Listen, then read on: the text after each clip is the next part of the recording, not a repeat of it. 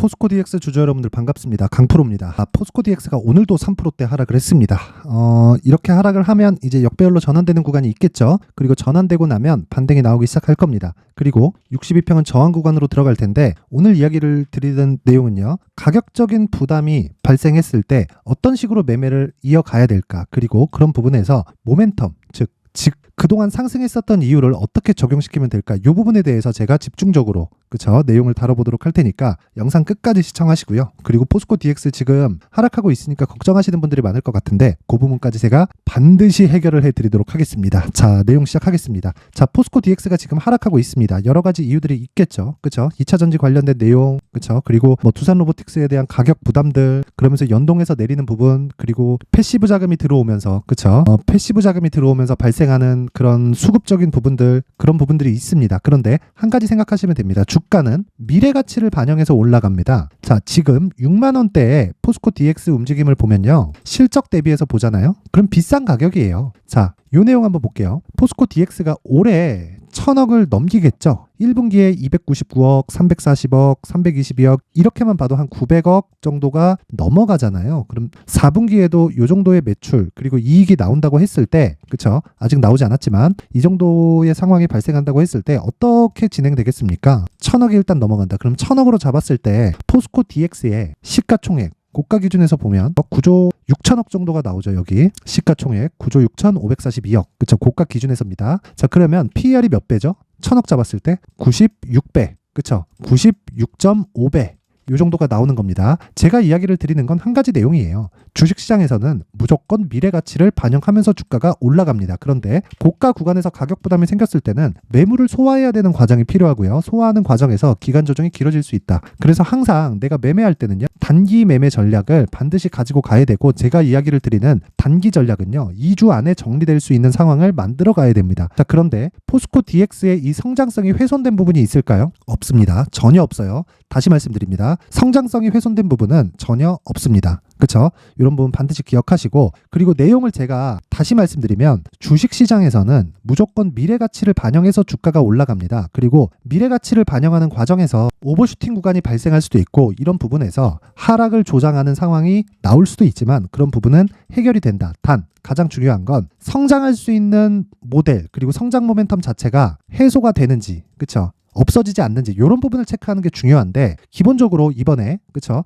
오늘 포스코 퓨처엠이 5%나 상승해서 마감이 됐습니다. 왜 그럴까요? 양극재에 대한 수요가 늘어나는 부분을 에코프로 BM을 통해서 확인했기 때문이고요. 포스코 DX는 포스코 그룹의 양극재 공장이 모두 다 스마트 팩토리로 돌아가기 때문에 그런 부분을 모두 맞춰서 진행을 할 수밖에 없죠. 그쵸? 포스코 퓨처엠에서 공장을 짓는데 DX한테 안 맡기고 다른 업체한테 맡긴다? 그거 자체가 말이 안 되죠. 그쵸? 왜? DX를 유지해온 건, 그쵸? 굴뚝산업인 DX를 그동안 유지해온 건 이런 부분을 하기 위해서 유지를 해온 겁니다. 그 부분을 반드시 기억하셔야 되고 지금 포스코 DX는요. 걱정할 건 없다. 이제 내린 상황에서 추가적으로 하락하기 위한 조건은요. 성장성이 훼손되는 것 말고는 없습니다. 물론 매물 소화, 그쵸? 고가에서 나오는 이 패시브 물량이 들어오면서 발생하는 차익 실현 매물에 대한 소화가 조금 더 필요할 수 있지만 그 부분은 매수로 대응하면 됩니다. 다시 말씀드리지만 매수로 대응하면 된다. 그렇기 때문에 내가 지금 포스코 DX를 볼 때는 철저하게 가격을 체크해서 매매를 해야 되고요. 그 가격을 기준해서 내가 2주 안에 수익을 볼 수 있는 전략을 지속적으로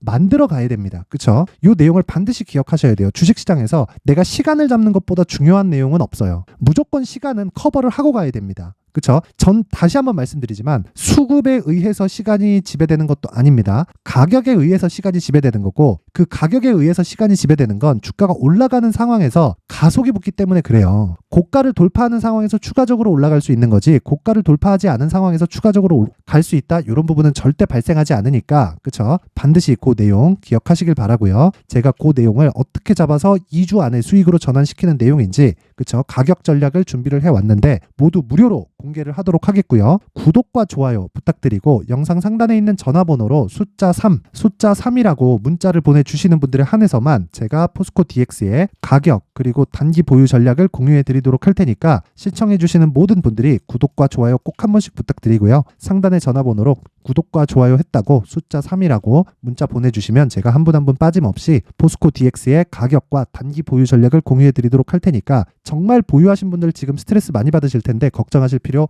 없습니다. 자, 그런데 제가 원래 이 소통방을 계속해서 운영을 해오고 있었습니다. 그리고 저는 2차전지 관련주들을 굉장히 좋게 보고 그동안 수익을 많이 내왔기 때문에 자, 내용 보시면 이런 내용이에요. 에코프로 머티리얼즈, 그쵸? 아까 전에 하락할 때 이 내용을 보면 에코프로 머티리얼즈가 오늘 같은 경우에 4% 상승해서 마감했는데 오전에는요 하락했었단 말이에요. 5% 이상. 저가는 8%까지 잡힙니다. 자, 근데 정확하게 제가 이야기를 드린 내용이 오늘도 5%대 하락. 그쵸? 에코프로 BM보다 더 하락폭이 크다. 하지만 단기 차익이 나오고 있는 거다. 양극재 기업은 44조 수주로 기준이 변경되었다. 차익 매물이 나온 이후에 매수를 고려한다. 그래서 오늘 매수를 들어갔습니다. 근데 여기 소통방은 제가 500분이 목표였는데 다 종료가 됐습니다. 그쵸? 지금 487분이 있어서 뭐 들어와 봤자 지금 밀려있는 그 분들하고 하면은 500분이 다 채워질 것 같아서 이 방은 이제 종료를 시키고요. 그쵸? 그냥 있는 분들만 같이 하게 될 거고 제가 어떤 식으로 매매를 진행해서 신고가를 계속해서 공략할 수 있는지 그쵸? 그 내용을 제가 준비를 해왔는데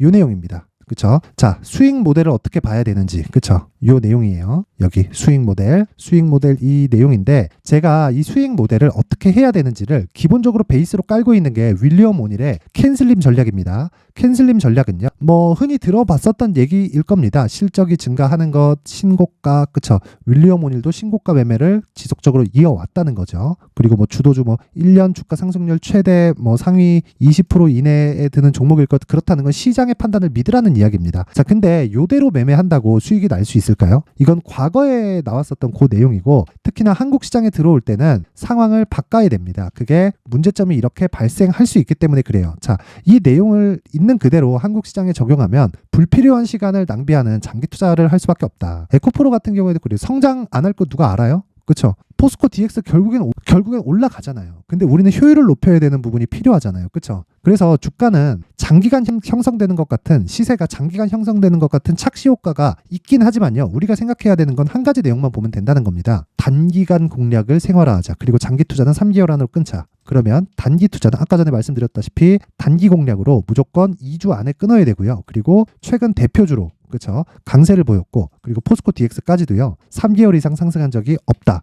자, 아까 전에 제가 내용을 확인해 드리면 그래요. 포스코 DX 같은 경우에도요. 자, 요 내용이죠. 그렇죠? 오르고 조정받고 오르고 조정받고 오르고 조정받고 그렇죠? 자, 내가 여기까지 올라갈 걸 알아서 여기서 매수해서 한 번도 안 팔고 한 번도 안 팔고 한 번도 안 팔았다? 이게 말이 됩니까? 안 되죠. 그래서 장기 투자는 3개월 안쪽으로 무조건 끊어야 돼요. 이 부분을 반드시 인정을 하셔야 됩니다. 인정. 이런 부분이 인정됐을 때 정말 제가 장담컨대 자, 이런 상황.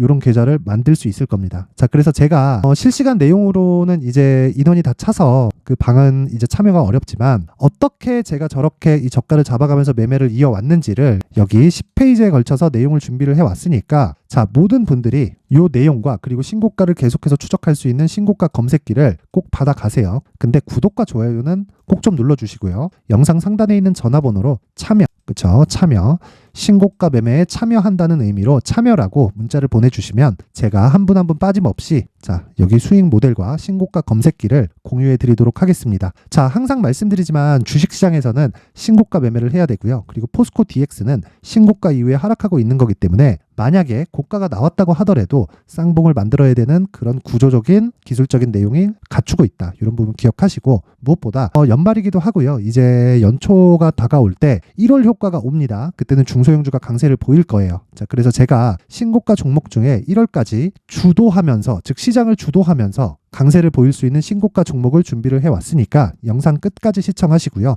구독과 좋아요 부탁드리고 모든 사람들이 성공 투자하셨으면 좋겠습니다. 네, 올 한 해를 뒤돌아보니까 구간별로 큰 수익이 나왔었던 종목들이 꽤 많이 보입니다. 1월 달에는 AI 관련주들이 있었고요. 그리고 2월 달부터는 2차전지가 계속해서 강세를 보였죠. 자, 그리고 나서 3월 달이 되니까 AI 반도체 관련주들이 신고가를 만들면서 5월 달부터 시세를 큰 폭으로 냈죠. 저가부터 따진다면 한미반도체와 같은 종목들도 올 한 해 6배 정도의 시세가 나왔습니다. 혹시라도 올해 수익을 보지 못하신 분들이 있다면요.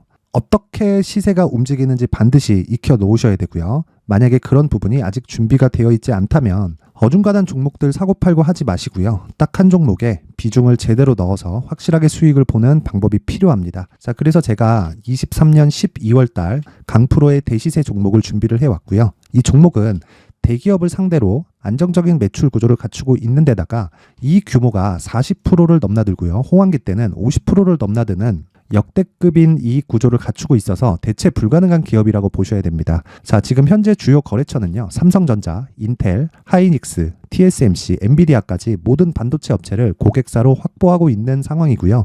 이 재무제표 상황을 보면요. 이익률 자체가 넘사벽인 걸 알 수 있습니다. 넘을 수 없다는 거겠죠.